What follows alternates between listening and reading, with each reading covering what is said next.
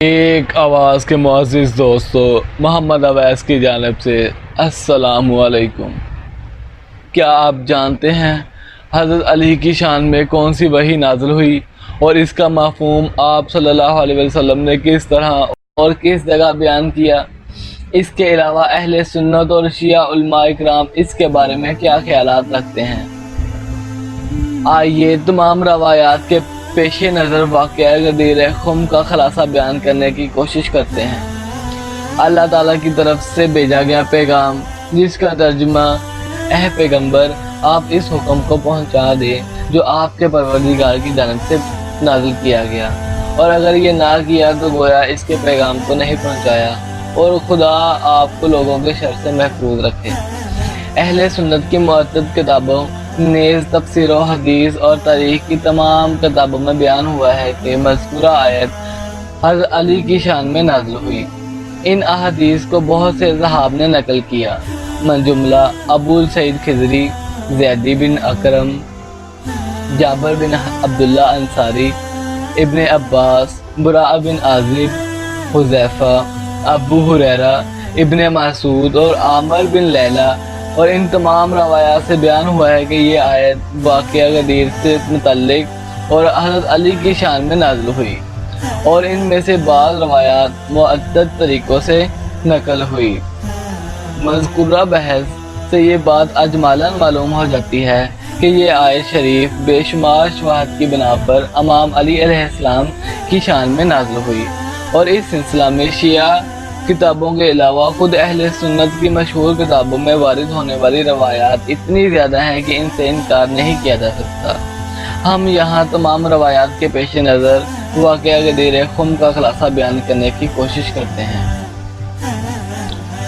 پیغمبر اکرم صلی اللہ علیہ وآلہ وسلم کی زندگی کا آخری سال چل رہا تھا۔ حجۃ الوداع کے موقع پر جس قدر باوقار اور باعظمت ہو سکتے تھے، وہ پیغمبر اکرم صلی اللہ علیہ وآلہ وسلم کی ہمراہی میں اختتام پذیر ہوئے۔ سب کے دل روحانیت سے سرشار تھے۔ ابھی ان کی روح اس عظیم عبادت کی معنوی لذت کا ذائقہ محسوس کر رہی تھی۔ اصحاب پیغمبر کی کثیر تعداد آپ صلی اللہ علیہ وآلہ وسلم کے ساتھ اعمال حج انجام دینے کی عظیم سعادت پر بہت زیادہ خوش نظر آ رہے تھے۔ نہ صرف مدینہ کے لوگ اس سفر میں پیغمبر کے ساتھ تھے، بلکہ جزیرہ نما عرب کے دیگر مختلف حصوں کے مسلمان بھی یہ عظیم تاریخی اعزاز و افتخار حاصل کرنے کے لیے ان کے ہمراہ تھے۔ سرزمین حجاز کا سورج دور و دیوار اور پہاڑوں پر آگ برسا رہا تھا، لیکن اس سفر کی بے نظیری روحانی حلاوت نے تمام تکلیفوں کو آسان بنا رکھا تھا۔ زوال کا وقت قریب تھا۔ آہستہ آہستہ جحفہ کی سرزمین اور اس کے بعد خشک اور جلانے والے غدیر خم کا بیابان نظر آنے لگا۔ دراصل یہاں ایک چوراہا ہے جو حجاز کے لوگوں کو ایک دوسرے سے جدا کرتا ہے۔ شمالی راستہ مدینہ کی طرف، مشرقی راستہ عراق کی طرف، مغربی راستہ مصر کی جانب اور جنوبی راستہ سرزمین یمن کی طرف جاتا ہے۔